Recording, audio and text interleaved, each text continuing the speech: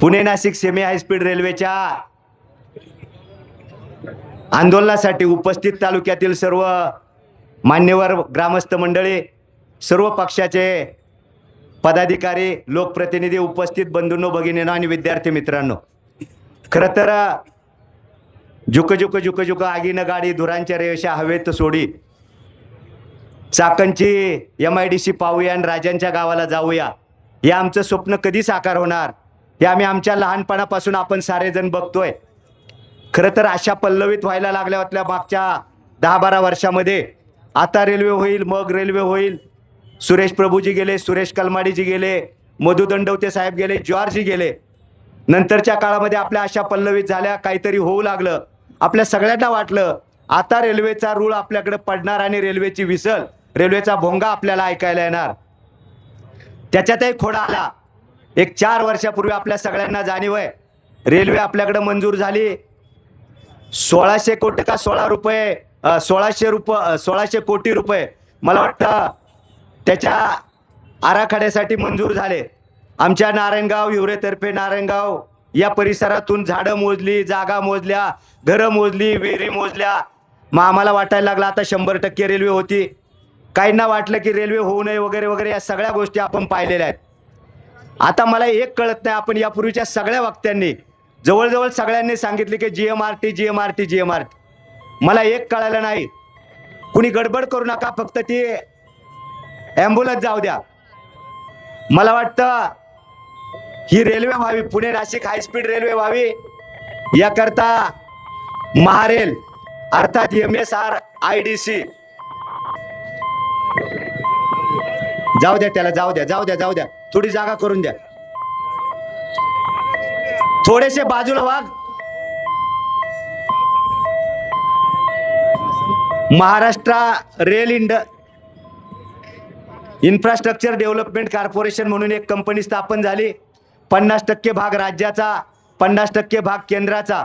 आणि आता आपल्याला वाटलं की 100% आपल्याकडे रेल्वे होणार, पण त्याच्यात माशी शिंकली. कुणीतरी नवीन वैष्णव म्हणून आले.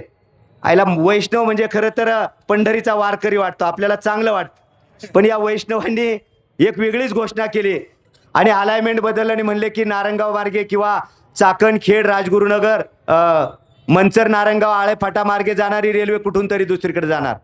मला काय कळत नाही आपण काय पाप केले. छत्रपती शिवाजी महाराजांनी या तालुक्यामध्ये शिवनेरीवरती जन्म घेतला. त्या छत्रपती शिवाजी महाराजांच्या जन्मस्थानाकडे जाणारी रेल्वे इथं होत नाही.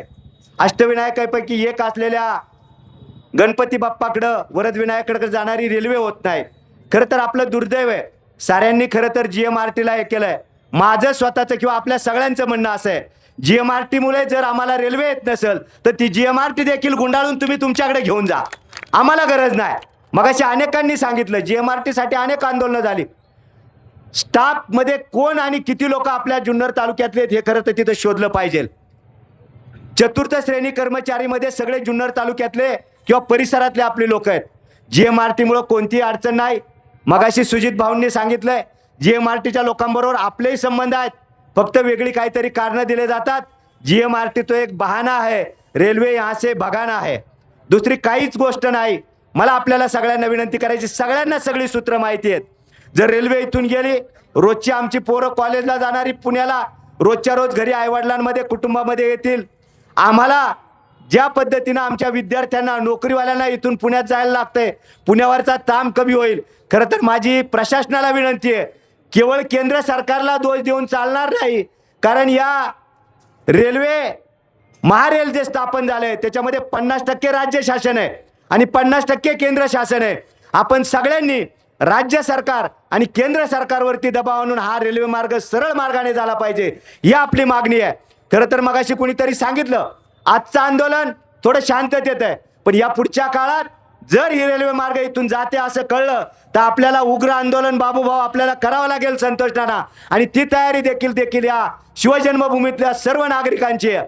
या निमित्तानं आपल्या सगळ्यांना मनापासूनचे धन्यवाद देतो. अगदी 4-5 दिवसामध्ये विशेष धन्यवाद दिले पाहिजेत. कोणाचं नाव घ्यायचं नाही आपण असं म्हणालो, पण ज्यांनी खऱ्या अर्थानं बाबूभाऊ लीड केलंय विधान परिषदेचे आमदार सन्माननीय सत्यजितदादा तांबे यांनी खूप चांगल्या पद्धतीनं कोऑर्डिनेशन केलं आणि अगदी पुण्यापासून नाशकापर्यंत सगळ्यांना एकत्र आणून, सगळ्या लोकप्रतिनिधींना एकत्र आणून आजचं हे मोठं आंदोलन केलंय.